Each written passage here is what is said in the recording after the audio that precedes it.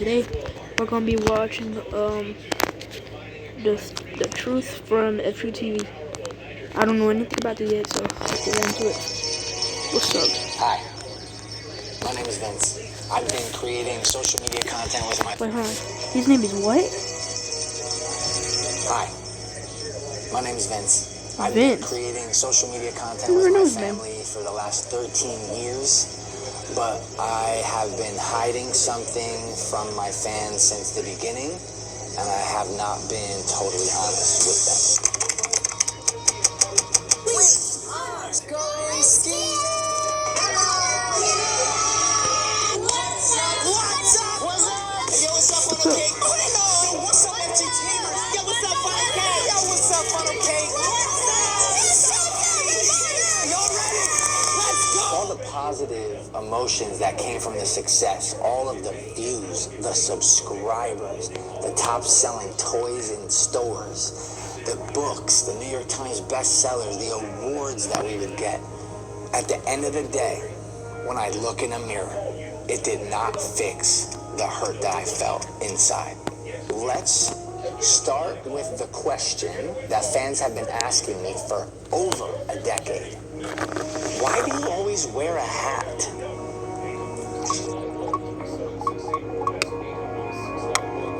I didn't think that I would ever be able to discuss this secret. Daddy, what? We only get we got you. You're crazy, bro. It's something that my own children didn't even know about until 2018. So yeah, I actually didn't find out until 2018, and I was sitting right here. I remember taking off my hat, pulling back hair because I had long hair in 2018, and then showing her. And like, I actually don't remember at all what it looked like. And there's a reason why. We just don't have pictures. We don't talk about it. Yeah. Like all the pictures in the house, there's basically none. Yeah. So, And I have a hat on for like the one that's... yeah. I remember around 13, 14 years old, there seemed to be a shift. I went into his bedroom. I was snooping like a good mom does. And I remember opening up the two top drawers in his dresser. And to my surprise, they were both filled with color-coordinated bandanas and hats. And I remember being so shocked because there was yellow and red and white and black and purple and hats of all different types. And I just remember there was a turning point at that moment. When I went to Jerusalem this year, I decided to tell my story publicly for the first time. It didn't quite come out the way I wanted it to. It was beautiful being able to be in Jerusalem with my son and grandson, Michael. And it was a huge impact being across the street from where the Garden of Gethsemane was, looking into the garden. And I saw my son with the camera set up on the wall, and he was recording himself, telling his story. Here's my mama and Mike right now watching. Say hi, Mama. There's my son, Mike. Say hi, Mike. It was beautiful to see him so raw and share his heart in such a vulnerable way. That was the first time that I ever relived these emotions and these stories in detail. And to do that for over 3 hours, I mean, it was a huge moment. It was an emotional roller coaster. No exaggeration, since elementary school. You know, talk to the camera. And then I thought, oh, that's cowardly. I've got to encourage people.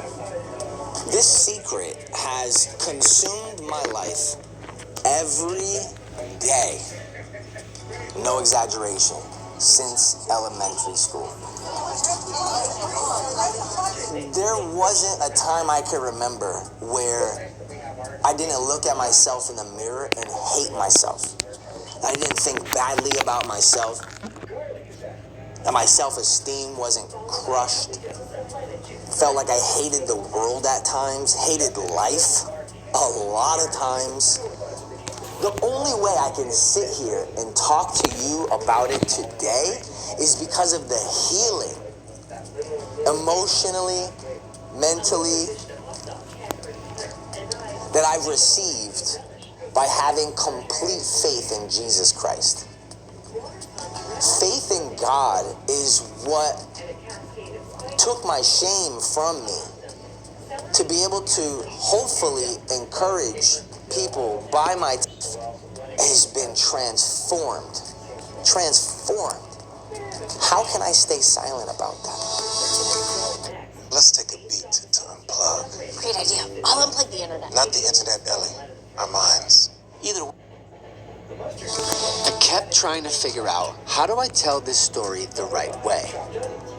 And then, out of nowhere, during what was supposed to be a regular vlog, it just clicked. Yo, guys, I'm freaked out right now. So I'm into health big time. I love watching what goes into my body. Because of that, my mom and my wife signed me up for a hyperbaric chamber session. Look at this thing. It's like a little submarine. Bro, they're gonna lock me in there. I cry, yo. Yeah, I'm about to cry, yo. What are they doing to me? Maybe biogenic and, freeze you and put you in time. Yeah, right? Like Walt Disney. Hyperbaric chamber, if you don't know, is basically where you go to get a lot of oxygen in your body, which just has a ton of benefits, because I wasn't getting a lot of sleep recently. My ADHD brain was just bouncing all over the place, ping, ping, ping, ping, ping, with movie ideas and just content. Just it wouldn't shut off. So we thought a hyperbaric chamber session would help. It's gonna take 2 hours. I'm gonna be in there for 2 hours. Let it flow, bro. He's going in the tank. Here we go. Oh, it's gonna be loud in here.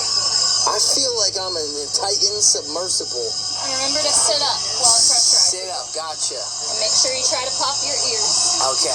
This is weird. Look at that. It feels like paparazzi. What are you guys doing?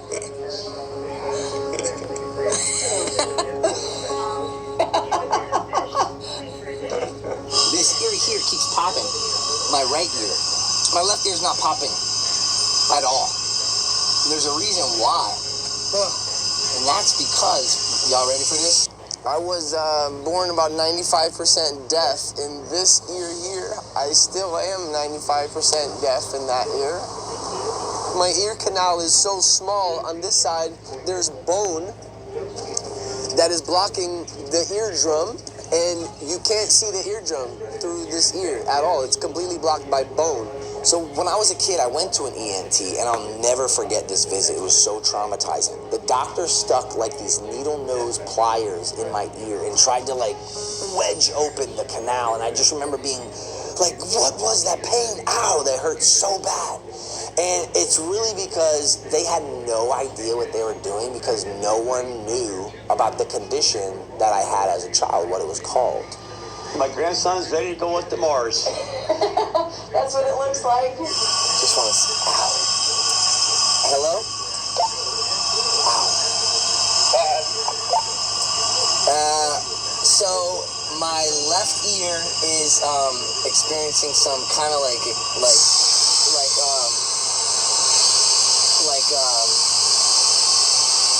excruciating or about to be excruciating pain. Because he didn't listen to his mom and chew bubblegum. This pain that's happening right now, I've only feel like I felt it once before when I was a child at a doctor's office. A doctor stuck something in my ear and like hurt me really bad, and I remember being like, ow. There's some gum. Listen to your mother next time. Sorry, Mama, because you know why, Mama? Oh, sorry. Mother knows best. Okay.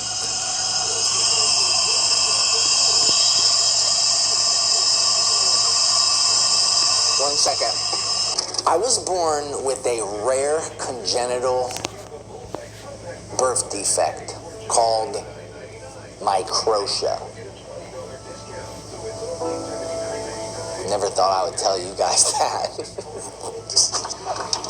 Microtia, which is a small or a diminutive ear, is a problem that happens in about 1 in 8,000 to 10,000 live births. Scope of this can range between a small ear, but normally formed, all the way to a complete absence of the ear.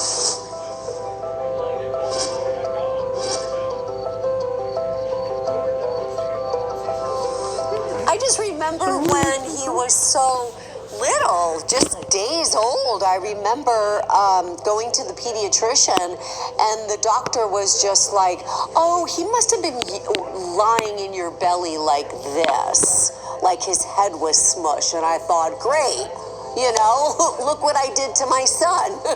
The way he was, you know, laying in my belly maybe made his ear, you know, press up and not grow properly, not form properly.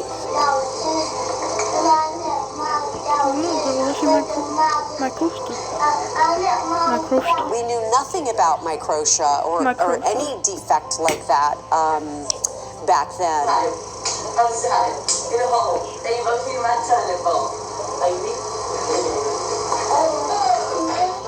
There's just a lot of things I don't like about myself, right? We're all insecure about ourselves, and a lot of it stems from people who say things about us, and those words sometimes stick with us.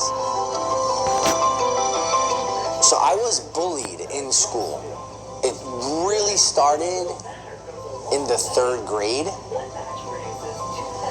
and then it just stuck for life. Even bullying as an adult. Yeah, it's been a journey.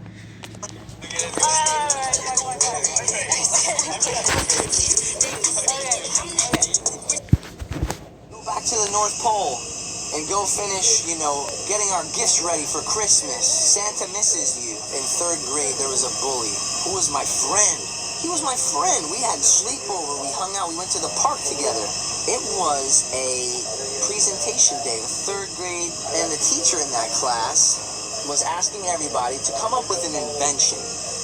And in front of the whole class, one of my friends stood up with a poster, and he drew a really weird ear on it. And immediately when he showed it to me, I thought, oh no, what is he gonna say? And he's like, when I get older, I'm gonna make a machine that can fix dumb-looking ears. And I thought, bro, what?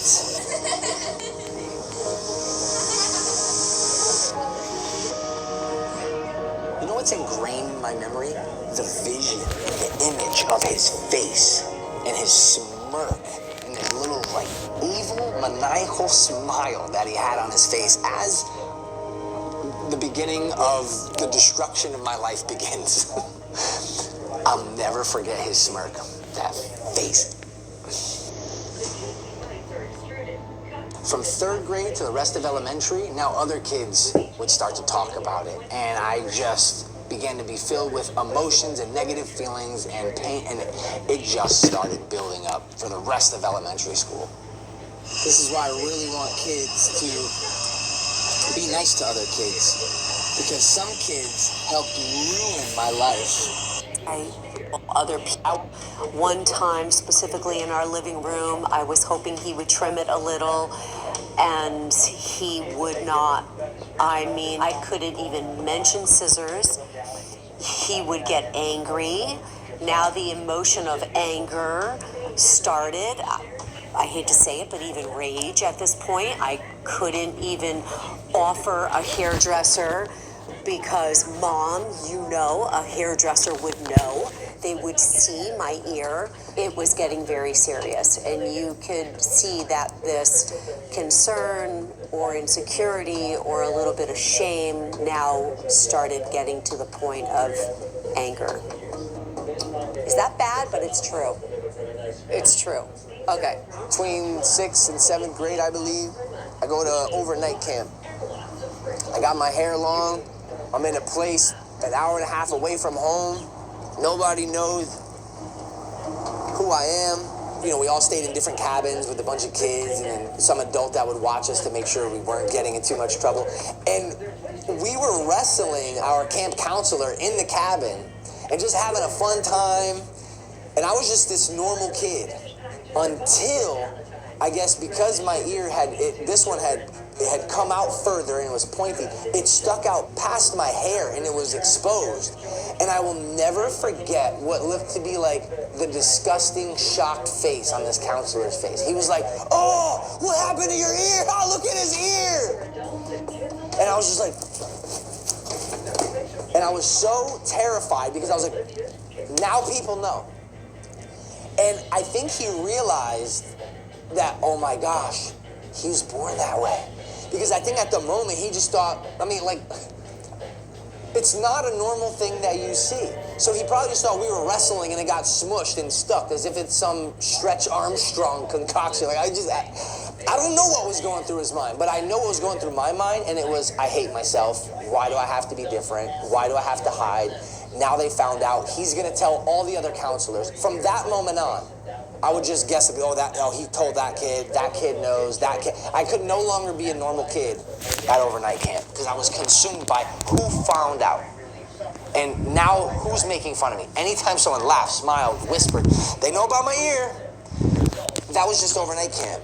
I just told you about 1 week of my life. Now I'm telling you, picture that for 30 plus years. That's been my life.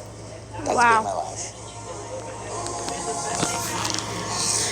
Just be quiet. So when 8th grade Yeah, hit, bro. I still got my bowl cut, and I'm realizing it just doesn't work style-wise. So where's my comments to see what people really think about the video.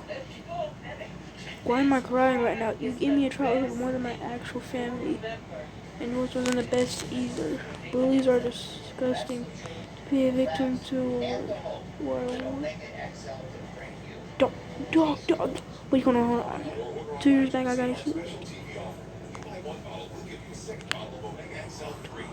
Well, I'm a kid and the older than different girls. Yo, that's sad.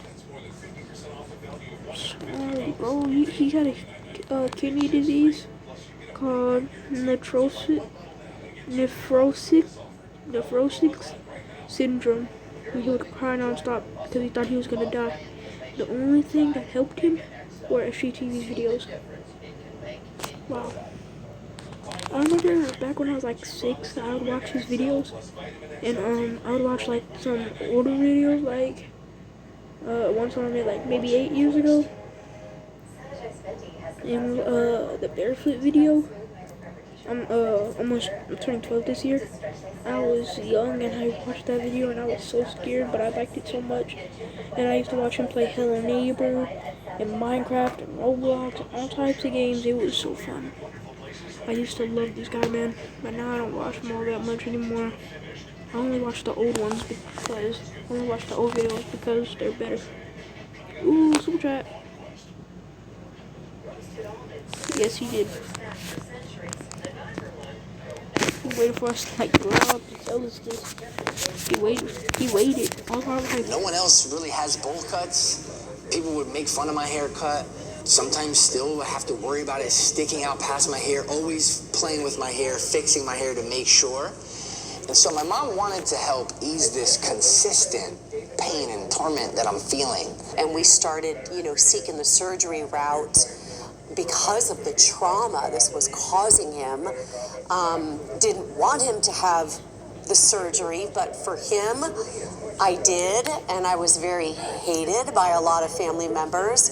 How can I allow my son to have surgery at 12 years old? How could I let him go under anesthesia? But it was literally at the point of tormenting him, and he was hating himself. Weeks old, just I got my first surgery so it's not really on my ear.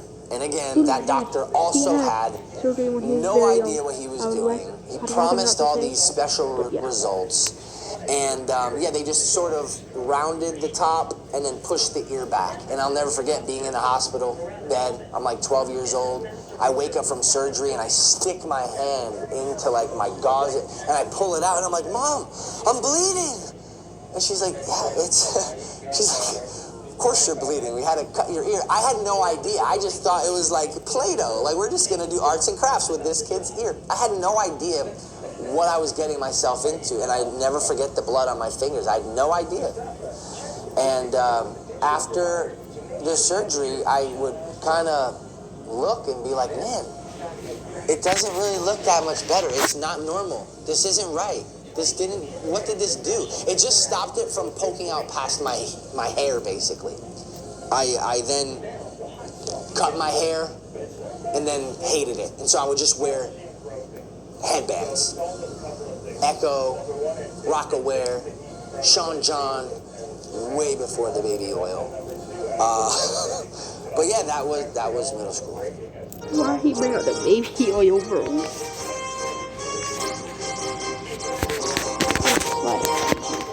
It's not even funny no more.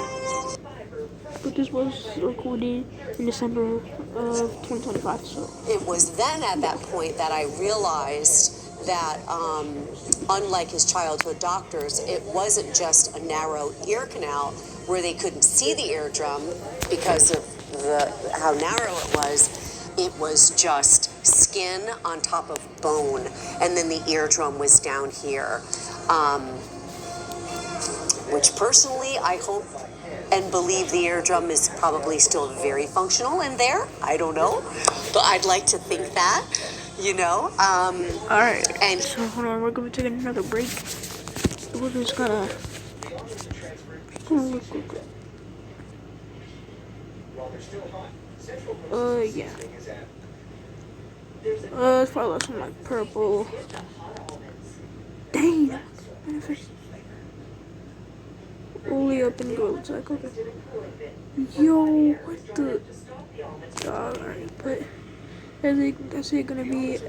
That's gonna be it for today. Yeah, I love y'all guys. I love UFGTV. My favorite YouTuber ever, bro. I love you so much, bro. I'm sorry what you had to go through as a kid. We'll continue this later. Bye guys, love y'all. Hold on.